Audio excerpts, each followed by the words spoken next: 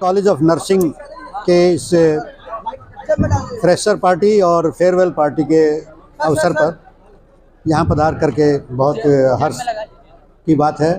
और यहाँ के विद्यार्थियों का, यहाँ के प्रशासन का, यहाँ के टीचर्स का जो उत्साह, वो बहुत ही आत्मविश्वास से भरा हुआ, जोश से भरा हुआ है। और मुझे खुशी है कि नर्सिंग जैसे प्रोफेशन में, जिसमें कि सेवा सबसे प्रमुख ध्येय रहता है, इतने बच्चे उत्साह के साथ यहाँ पर अपनी आगे की प्रशिक्षण लेने के लिए पधारे हैं और लगातार इस सिस्टम से जुड़ रहे हैं। देश में नर्सिंग की जो शॉर्टेज है, उसको दूर करने में ऐसी संस्थाएं हमारी बहुत महत्वपूर्ण कार्य कर रही है। और इसके लिए हमें और इसको प्रोत्साहन देने की आवश्यकता है कि हम कैसे नर्सिंग के जो हमारे पास संख्या है उनको बढ़ा पाएँ, और साथ साथ हम किस तरह से उसकी शिक्षा की गुणवत्ता को और प्रभावी बना पाएँ। इसमें हमारे पास पोटेंशियल है, हमारे पास जो यूथ रिसोर्स है, ह्यूमन रिसोर्स है, उसको अच्छा प्रशिक्षित करके हम पूरे अपने देश के लोगों की ही नहीं, विदेश में भी सेवा कर सकते हैं। हम देखते थे कि जैसे कृषि में है कि आज पहले हमारे यहाँ अनाज की शॉर्टेज थी, उसके बाद ये हुआ कि हम अपना पेट तो भर ही सकते हैं, हम दूसरों का पेट भी भर सकते हैं। तो यही बात नर्सिंग में लागू होती है कि हमारे पास इतना इस समय युवा मानव बल है, हमारे बच्चे इतना अच्छा कर रहे हैं कि वो देश में ही नहीं, पूरे विश्व की स्वास्थ्य का सेवाओं का जिम्मा ले सकते हैं और उनको पूरी मानवता की सेवा कर सकते हैं। तो मैं इन्हीं शब्दों के साथ सभी को बहुत बहुत बधाई देता हूं, और जो बच्चे अभी आए हैं उनके करियर के लिए, उनकी यहाँ शिक्षा के लिए अपनी शुभकामनाएं देता हूं। जो पास होकर के जा रहे हैं, ग्रेजुएट होकर के जा रहे हैं, यहाँ से अपनी डिप्लोमा और डिग्री लेकर के जा रहे हैं, उनका करियर बहुत शुभ हो, बहुत सफलतापूर्वक वो अपना काम कर पाएँ और देश में जो स्वास्थ्य सेवाओं की आवश्यकता है उनकी पूर्ति कर सकें। धन्यवाद। थोड़ा सा ये बताइएगा सर, अभी जितने भी यंग एज लड़की हो या लड़का हो, सभी का ध्यान एमबीबीएस की तरफ बहुत ज़्यादा है, तो कुछ ऐसा संदेश देना चाहेंगे? जैसे एमबीबीएस में नहीं हुआ तो ये मेडिकल लाइन में बहुत अच्छा लाइन है, इसके लिए लोग इसमें आए और सीखें। आपने ठीक कहा, एमबीबीएस की जो हमारे पास सीटें हैं वो सीमित हैं, और उसके लिए जितना संसाधन चाहिए एमबीबीएस तैयार करने के लिए, उसमें काफ़ी बड़ी मात्रा में संसाधन की आवश्यकता है। और धीरे धीरे इसका भी विकास हो रहा है, हमारे पास डॉक्टर्स की कमी भी दूर हो रही है। लेकिन साथ में एक डॉक्टर के साथ साथ कितने और स्टाफ चाहिए। अगर हमारे पास नर्सिस नहीं रहेंगे, हमारे पास पैरामेडिकल स्टाफ नहीं रहेगा, तो हमारे जो हॉस्पिटल्स की या स्वास्थ्य सेवाएं वो सुचारू रूप से नहीं हो पाएंगी। तो ये बहुत ही अहम सेवा है, और इसमें जो करियर की संभावनाएं हैं वो भी अपार हैं। अगर आप इसमें और प्रयास करें और आगे अपने करियर को निखारने में पूरा यत्न करें, तो मैं समझता हूं कि आप एमबीबीएस से पीछे नहीं रहेंगे और आप इससे जुड़ें।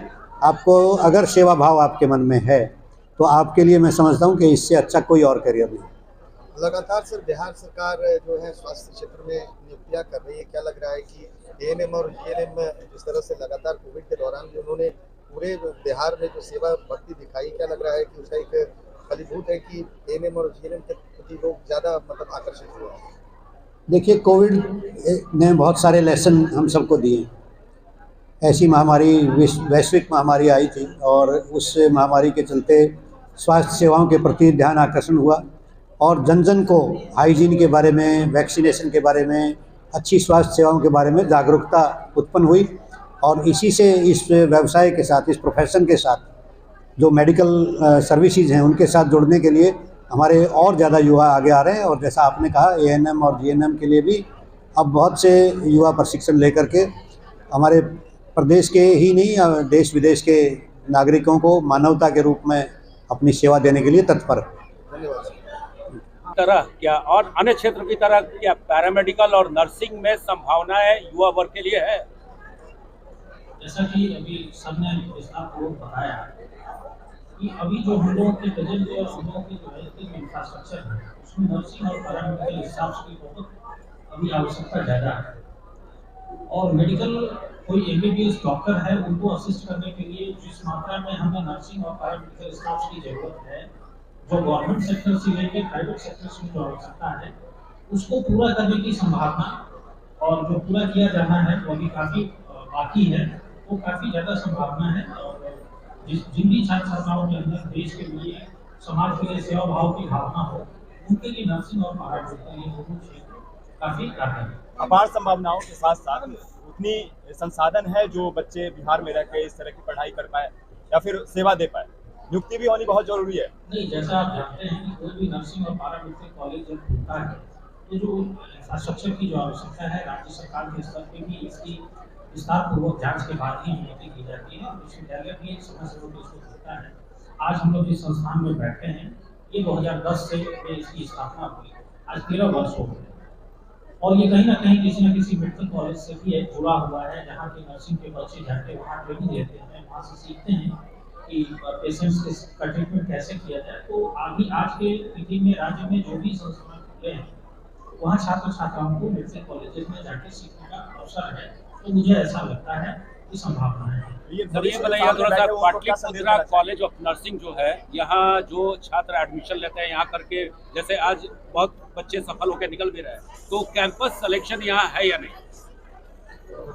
जहाँ तक कैंपस सिलेक्शन की बात है तो विस्तारपूर्वक मुझे ये जानना होगा, ये बैच निकला है इनका, और जो बच्चे जो यहाँ से पास आउट होकर निकलते हैं तो अभी तो इतनी आवश्यकता है, प्राइवेट में ही इतनी आवश्यकता है कि बच्चे जिनसे निकले जिन्हें ज्ञान है, जिन्हें सेवा का ज्ञान है, जिन्हें मेडिसिन का ज्ञान है, उनको कैंपस के लिए बहुत ज़्यादा सोचने की आवश्यकता नहीं। मुझे लगता है खास करके बाद इनकी क्लासिटी चलिए सर वो जो बच्चे पढ़ के पास किए हैं वो बिहार के सभी प्रतिष्ठित हॉस्पिटल, गवर्नमेंट हॉस्पिटल, सभी संस्थानों में हमारे बच्चे कोई न कोई पोस्ट पर काम कर रहे हैं। हमारा जो संस्थान है पाटलिपुत्रा कॉलेज ऑफ नर्सिंग, वो लगभग 13 वर्ष हो गए हमारे उसकी स्थापना की है और बिहार के बाहर जितने भी लगभग एम्स है सभी सरकारी संस्थान में हमारे संस्थान के बच्चे सरकारी नौकरी, प्राइवेट नौकरी कर रहे हैं। नए बैच को क्या संदेश देना चाहिए? हम जो नए बैच में जो बच्चे एडमिशन लिए हैं, मैं चाह रहा हूँ कि उनको विशेष